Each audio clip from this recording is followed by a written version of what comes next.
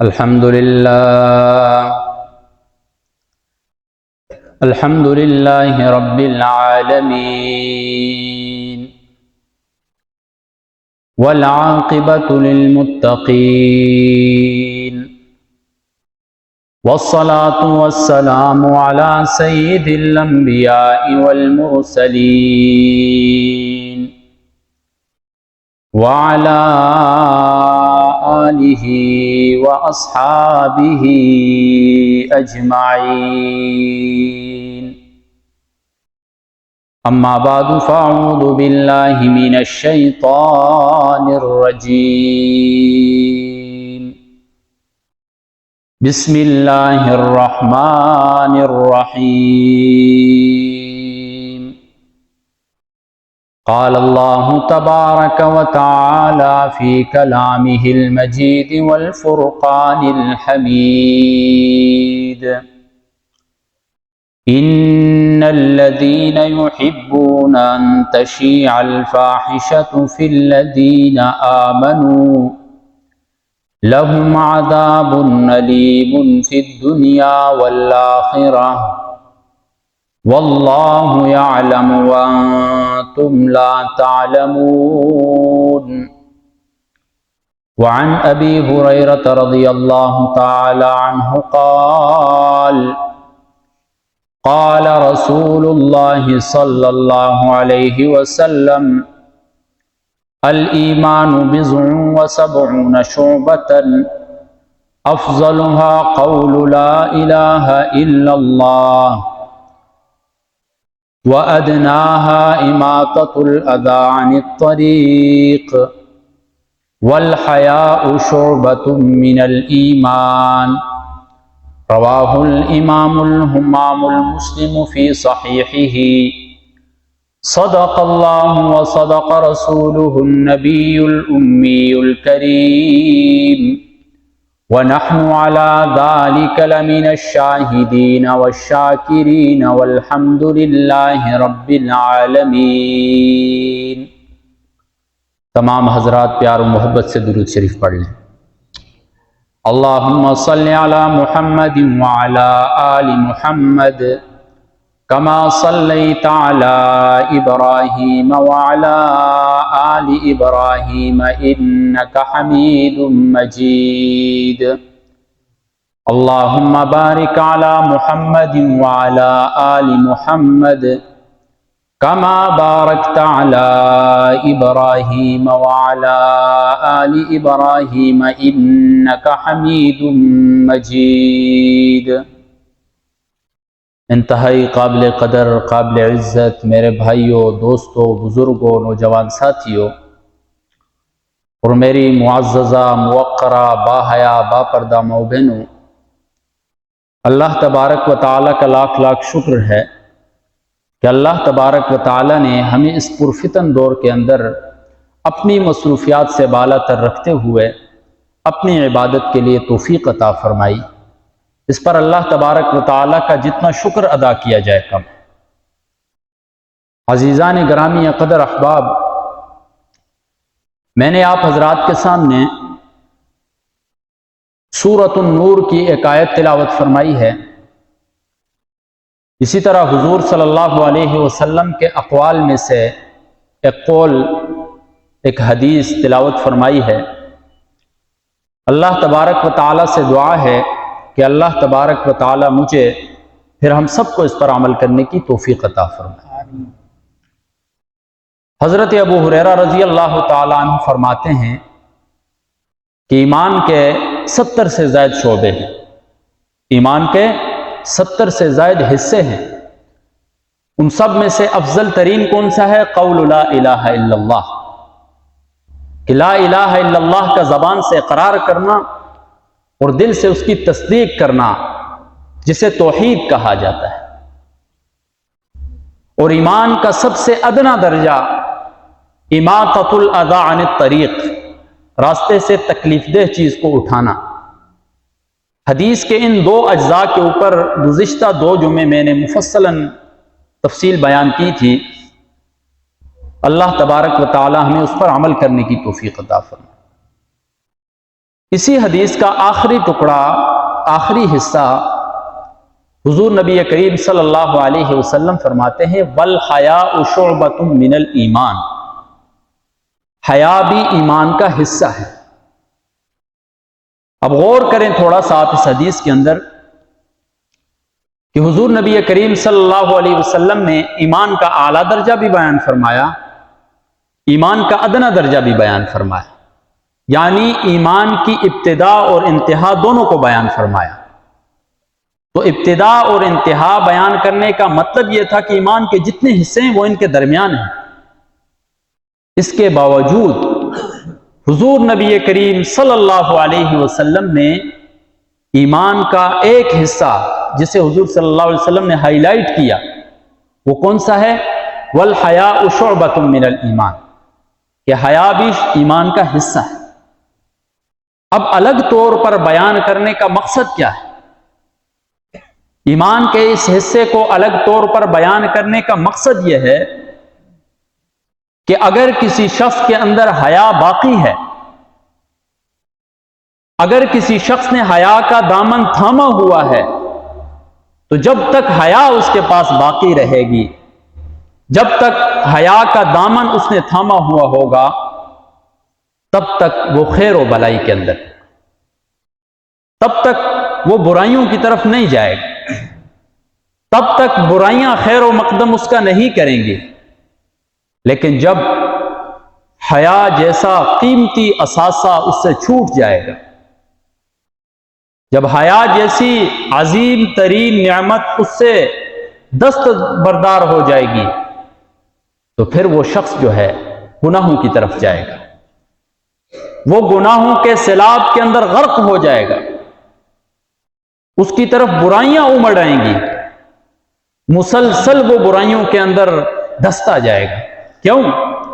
اس نے جو عظیم ترین نعمت تھی اللہ تبارک و تعالیٰ کی، جو کہ حیا، اس کا دامن چھوڑ دیا۔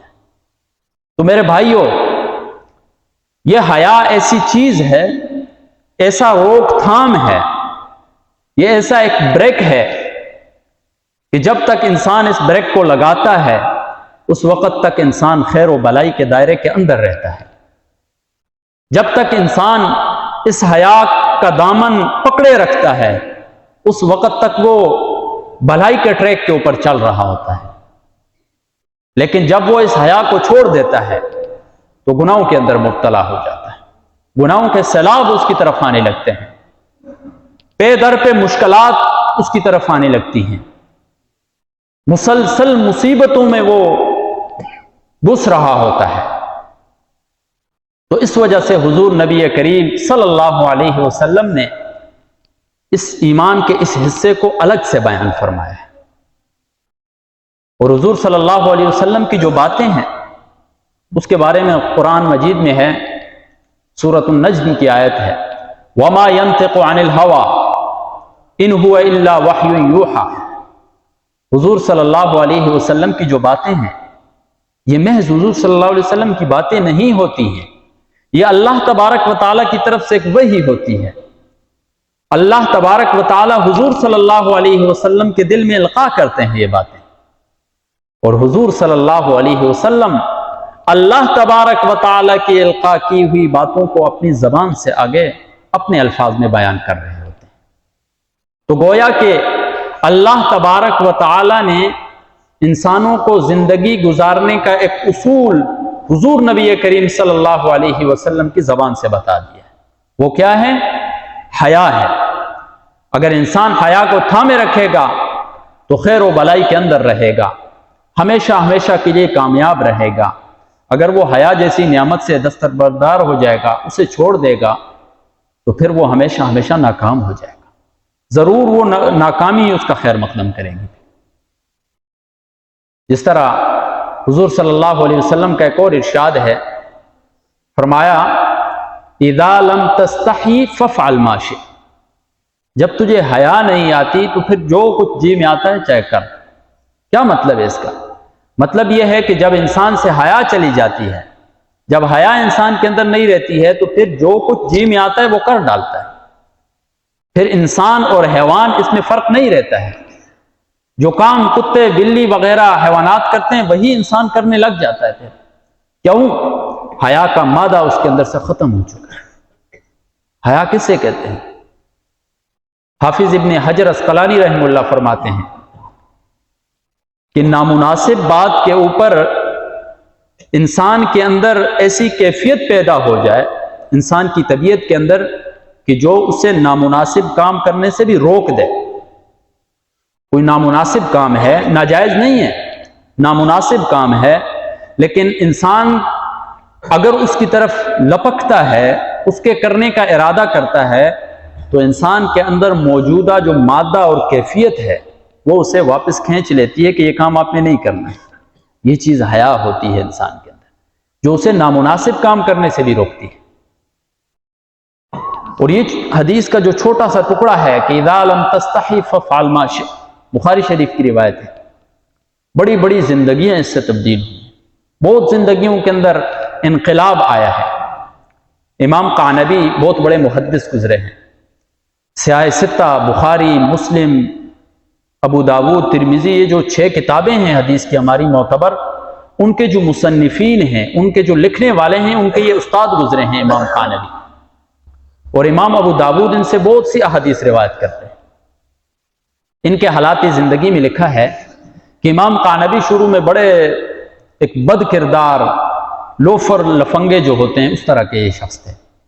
ڈاکے ڈالنا، دوسروں کو کے اوپر جھگڑا کرنا، فساد پھیلانا، جو آج کل عموماً معاشرے میں جو لفنگے کرتے ہیں اس طرح کے کام میں مبتلا ہوتے تھے. تو امام شعبہ یہ ایک حدیث کے محدث ہیں، یہ ایک دفعہ گھوڑے کے اوپر سے سوار ہوئے جا رہے تھے، تو ان کی نظر پڑ گئی کہ مولوی جا رہا ہے، اس سے تھوڑا چھیڑ لیتے ہیں. تو جب یہ امام قعنبی ان کے پاس گئے، گھوڑے کو لگام سے پکڑا اور مذاقاً کہا کہ مجھے کوئی حدیث سناؤ. اس نے کہا یہ حدیث بیان کرنے کا موقع نہیں ہے، میں کہیں سفر پر جا رہا ہوں. انہوں نے کہا نہیں، آپ سنائیں گے مجھے حدیث. تو امام شعبہ کو یہ خطرہ لاحق ہوا کہ اگر میں اسے کوئی حدیث نہیں سناؤں گا تو یہ میرے ساتھ کوئی برائی کر ڈالے گا، لوفر لفنگا ہے، کچھ بھی کر سکتا ہے میرے ساتھ. اس نے کہا جب تک آپ حدیث مجھے نہیں سنائیں گے اس وقت تک میں آپ کی گھوڑے کی لگام نہیں چھوڑوں. مذاقاً کہہ رہے ہیں ابھی امام قعنبی. تو امام شعبہ نے اسے ایک حدیث سنائی کہ قال رسول اللہ صلی اللہ علیہ وسلم اذا لم تستحی فافعل ما شئت، کہ اللہ کے رسول صلی اللہ علیہ وسلم نے فرمایا جب تجھ میں حیا نہ ہو تو فافعل ما شئت، جو چاہے کرو. اب یہ جملے امام شعبہ کی زبان سے نکلنے تھے کہ امام قعنبی کے دل کی دنیا بدل گئی. پہلے وہ مذاق کر رہے تھے اور کہنے لگا کہ پہلے تو میں آپ سے مذاقاً کہہ رہا تھا، اپنا ہاتھ آگے کریں. ان کے ہاتھ کے اوپر توبہ کی اور اللہ تبارک و تعالی نے اس چھوٹی سی حدیث کی وجہ سے ان کی زندگی کو بدل ڈالا. اتنے بڑے امام بنے کہ سیاہ ستہ کے مصنفین کے استاد بھی بن گئے. چھوٹی سی حدیث کے اوپر عمل کرنے کی وجہ سے اللہ تبارک و تعالی نے اتنا بڑا مقام عطا کیا. تو حیا ایسی چیز ہے میرا بھائی، جب تک حیا کا لگام ہمارے پاس ہوگا اس وقت تک ہم زندگی جب تک گزارتے رہیں گے خیر و بھلائی کے اندر گزاریں گے. اور جس دن حیا کا لگام ہم سے چھوٹ گیا اس دن سے ہماری زندگی کے اندر بربادیاں شروع ہو جائیں گی. اس دن سے ہم خسارے کے اندر سٹارٹ لینا شروع کر دیں گے. اور حیا صرف عورتوں کے لیے نہیں ہے کہ صرف عورتوں ہی کے لیے حیا اسلام نے اتاری ہے، مردوں کو بھی حیا کا حکم دیا گیا ہے کہ مرد بھی حیا کرے. حضور نبی کریم صلی اللہ علیہ وسلم کے بارے میں آتا ہے کہ حضور صلی اللہ علیہ وسلم اتنے باحیات ہے کہ ایک کنواری دوشیزہ عورت کی جو حیا ہوتی ہے اس سے بھی زیادہ حضور نبی کریم صلی اللہ علیہ وسلم کی حیا تھی. اور اتنی حیا تھی کہ جب کوئی چیز ناپسند ہوتی تھی تو انکار نہیں کرتے تھے اس کے اوپر. اتنی حیا تھی حضور نبی کریم صلی اللہ علیہ وسلم. مسلم شریف کی روایت ہے حضور صلی اللہ علیہ وسلم ایک دفعہ مجلس میں بیٹھے ہیں، تو اتنے میں بیٹھے ہوئے ہیں، تھوڑا سا کپڑا پاؤں سے اٹھا ہوا ہے، پنڈلی نظر آ رہی ہے، سطر چھپا ہوا ہے، پنڈلی نظر آ رہی ہے. تو اتنے میں دروازے پر دستک ہوئی، کون؟ من الباب. تو آواز آئی کہ صدیق اکبر تشریف لائے، حضور صلی اللہ علیہ وسلم اسی حالت میں بیٹھے ہوئے ہیں۔ دوبارہ دستک ہوئی، دروازے پر کون ہے؟ فرمایا عمر فاروق تشریف لاتے ہیں اندر، حضور صلی اللہ علیہ وسلم اسی حالت میں بیٹھے ہوئے ہیں، پنڈلی سے کپڑا اٹھا ہوا ہے۔ تیسری مرتبہ دستک ہوئی دروازے پر، پوچھا گیا کون؟ فرمایا عثمان۔ حضور صلی اللہ علیہ وسلم سیدھے ہو کر بیٹھ گئے اور کپڑا اپنی پنڈلی کے اوپر کر دیا، اور حضرت عثمان اندر تشریف لائے۔ حضرت عائشہ رضی اللہ تعالی عنہا یہ منظر دیکھ رہی ہیں، کہنے لگی اللہ کے رسول عجیب ماجرا دیکھا میں نے، حضرت ابو بکر آتے ہیں آپ اسی حالت میں بیٹھے ہیں، حضرت عمر فاروق آتے ہیں آپ اسی حالت میں بیٹھے ہیں، لیکن جب حضرت عثمان رضی اللہ تعالی عنہ آتے ہیں تو آپ سیدھے ہو کر بیٹھ جاتے ہیں، آپ اپنی پنڈلی کو ڈھانپ لیتے ہیں۔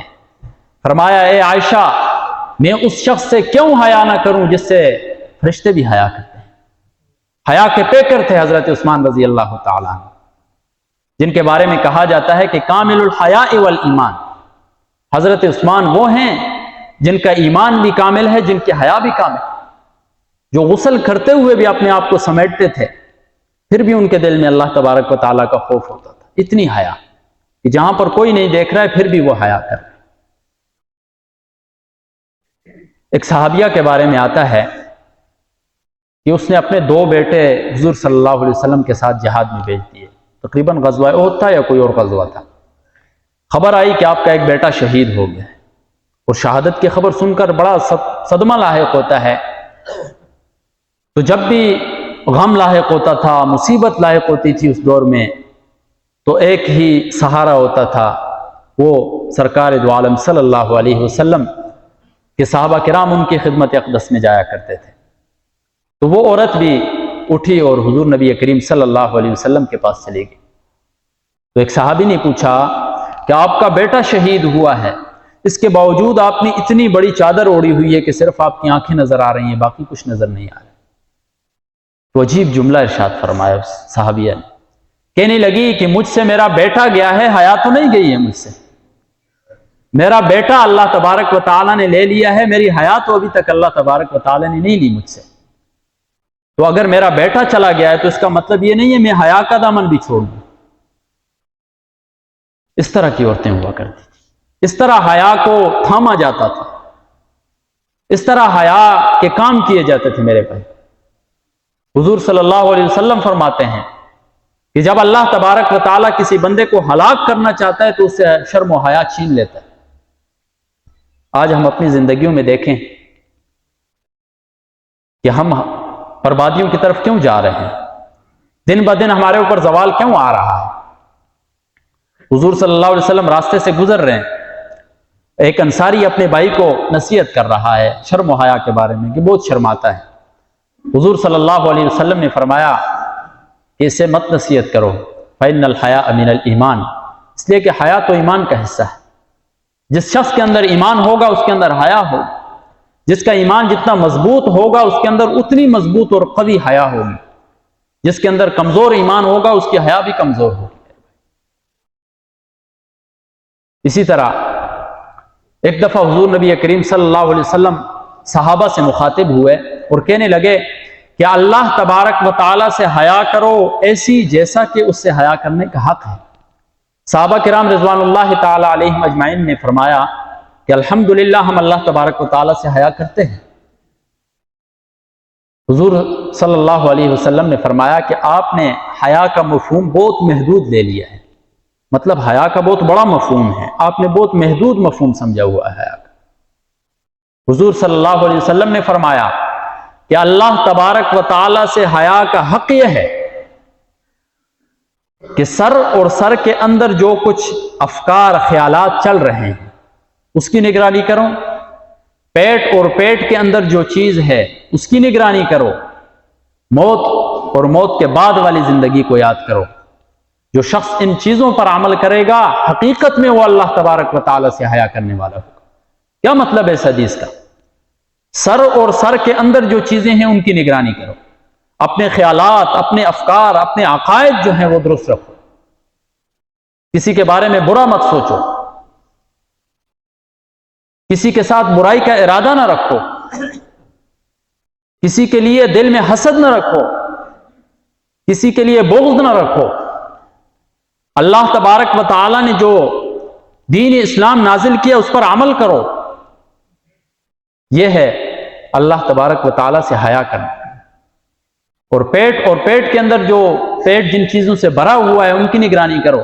اس کا کیا مطلب ہے؟ اللہ تبارک و تعالی نے جن چیزوں کو حلال کیا ہے ان کو کھاؤ، ان کو استعمال کرو. اس پیٹ کے اندر وہ لقمہ جائے جو حلال ہو، اور اس پیٹ کو ان چیزوں سے روکو، ان چیزوں سے بچاؤ جن چیزوں سے اللہ تبارک و تعالی نے منع کیا ہے، جو چیزیں اللہ تبارک و تعالی نے حرام کی. اور موت کے بعد کی زندگی کو یاد کرو. اللہ تبارک و تعالی سے حقیقی حیا اس طرح ہوتی ہے. آج ہم حیا کے دعوے تو کرتے ہیں، آج ہم وہ کام جو مخلوق کے سامنے کرنے سے ہم شرماتے ہیں، اللہ تبارک و تعالیٰ کے سامنے کرتے ہوئے ہم نہیں شرماتے. میرے بھائی، اتنے ہم بھول چکے ہیں حیا کو. آج ہم اپنی زندگیوں کا مطالعہ کریں، آج ہم اپنا خاندانی نظام دیکھیں، آج ہم بازاروں کا دورہ کریں کہ بازاروں کے اندر کیسے شرم و حیا کا جنازہ نکل رہا ہے. بازاروں کے اندر کیسے شرم و حیا کو تار تار کیا جا رہا ہے. میرے بھائیوں، ایسی فحاشی عریانی کا سیلاب آیا ہوا ہے کہ فرشتے بھی دیکھ کر شرما جاتے ہیں. آج مسجدیں خالی ہیں، بازار بھرے ہوئے ہیں. میرے بھائی، اور خاندانی نظام میں ہم دیکھیں کہ وہ باپ اور بیٹی بیٹھ کر حیا سوز فلمیں دیکھیں جسے دیکھ کر زمین و آسمان تو کانپے گی. اور جب بیٹا اور ماں بیٹھ کر نازیبا گفتگو کریں جس سے حیا کو پار پار کر دیا جائے تو زمین نے تو کانپنا ہے. آج ہم نے محمد الرسول اللہ صلی اللہ علیہ وسلم کی بتائی ہوئی تہذیب کو چھوڑ دیا ہے اور مغربی تہذیب کے اوپر پیچھے ہم پڑے ہوئے ہیں. کسی دوسرے کے اوپر انگلی اٹھانے کی ضرورت نہیں ہے. ہر بندہ اپنی طرف دیکھے کہ میں کتنا حضور نبی کریم صلی اللہ علیہ وسلم کے بتائے ہوئے طریقوں کے مطابق زندگی گزار رہا. پھر اپنی تاریخ کا بھی مطالعہ کریں. علامہ اقبال بہت بڑے مفکر تھے، بہت بڑے فلسفی تھے. ان کے اشعار بھی بڑے مدبرانہ ہوتے تھے، لیکن ان کے خطبات بھی بڑے اعلیٰ ہوتے تھے. ان کا ایک خطبہ ہے، اس میں وہ مغربی تہذیب اور مشرقی تہذیب کا تقابل کرتے ہیں. کہتے ہیں کہ مشرقی تہذیب کا مغربی تہذیب کا ارتقاء تو ہے لیکن دوام نہیں ہے. اس نے ایک نہ ایک دن ضرور ختم ہونا ہے، اس کے اوپر زوال آنا ہے. کیوں؟ اس لیے کہ کوئی بھی تہذیب وہ ہمیشہ کے لیے تب ہوتی ہے جب اس کے اصول دائمی ہوں، اور مغربی تہذیب کے اصول دائمی نہیں ہیں. جب مغربی تہذیب نے ختم ہونا ہے تو ہم اس کے پیچھے پڑے ہوئے ہیں، ختم ہونے والی چیز کے پیچھے پڑے ہوئے ہیں. اور جو نہ ختم ہونے والی چیز ہے جس کے اصول دائمی ہیں، جو مشرقی تہذیب ہے، جو اللہ تبارک و تعالیٰ کے پیارے حبیب صلی اللہ علیہ وسلم نے اس قرآن کی شکل میں ہمیں بیان فرمائے ہوئے ہیں، جو دائمی ہماری تہذیب کے لیے اصول ہیں، جو حضور نبی کریم صلی اللہ علیہ وسلم نے اپنے اقوال اپنے افعال کے ذریعے ہمیں تہذیب کے اصول دیے ہیں، ان کو ہم آج چھوڑ چکے ہیں. اور علامہ اقبال فرماتے ہیں کہ مشرقی مغربی تہذیب کے پاس اصول تو نہیں ہے، لیکن وہ ریسرچ اور اجتہاد کر رہے ہیں جس کی وجہ سے آج وہ ارتقاء کی طرف چل رہے ہیں. آج دیکھیں کتنے مستشرقین جو حضور صلی اللہ علیہ وسلم کی زندگی کا مطالعہ کر رہے ہیں اور اسے اپنے لیے نمونہ بنا رہے ہیں. اور ہم مسلمان جس محمد الرسول اللہ کے امتی ہیں، ہم نے اس کے اقوال افعال کو چھوڑا ہوا ہے. اور فرماتے ہیں کہ وہ مشرقی تہذیب جس کے پاس دائمی اصول ہیں قرآن کی صورت میں، وہ مشرقی تہذیب دن بدن زوال کی طرف کیوں جا رہی ہے؟ اس لیے کہ اصول تو دائمی ہے لیکن ان کے پاس محنت نہیں ہے، ان کے پاس ریسرچ نہیں ہے. وہ سوچتے نہیں ہیں، بس دنیاوی رنگینیوں کو دیکھا اور ان کے پیچھے چل پڑتے ہیں. میرے بھائیوں، ہم نے اپنی ماضی کو دیکھنا ہوگا. فارابی کون تھا؟ جابر بن حیان کون تھا؟ ابن سینا کون تھا؟ ایک مسلمان تھا ایک مشرقی تہذیب کی پیداوار تھی۔ تو ہم نے اپنی ماضی کو سامنے رکھ کر اپنے حال کا جائزہ لینا ہوگا اور اپنی مستقبل کا فیصلہ کرنا ہوگا، تب جا کر ہم اس زوال سے نکلیں گے اور ہم بلندیوں کی طرف جائیں گے میرے بھائی۔ تو قرآن کہتا ہے یا ایھا الذین آمنوا قوا انفسکم واہلیکم نارا، اے مسلمانوں اپنے آپ کو بھی بچاؤ اور اپنی اولاد کو بھی بچاؤ۔ آج جس تہذیب کی طرف آپ کی اولاد جا رہی ہے، کل آپ کی بات یہ نہیں مانے گی، کل آپ اسے نہیں روک سکیں گے، لیکن پھر بھی آپ سے اس اولاد کے بارے میں پوچھا جائے گا۔ تو آپ اپنی اولاد کے سامنے بھی وہ اسباب پیدا کریں جو رسول اللہ صلی اللہ علیہ وسلم کے بتائی ہوئی چیزیں ہیں، ان اسباب کو، ان طرق کو ختم کریں جو مغربی تہذیب کے ہیں، تب جا کر آپ بھی اللہ تبارک و تعالیٰ کے فرما بردار بنیں گے اور آپ کی اولاد بھی فرما بردار بنے گی۔ اللہ تبارک و تعالیٰ سے دعا ہے کہ اللہ تبارک و تعالیٰ ہمیں شرم و حیا تھامنے کی توفیق عطا فرمائے، حضور نبی کریم صلی اللہ علیہ وسلم کے بتائے ہوئے طریقوں کے مطابق زندگی گزارنے کی توفیق عطا فرمائے۔ وآخر دعوانا ان الحمد للہ رب العالمین۔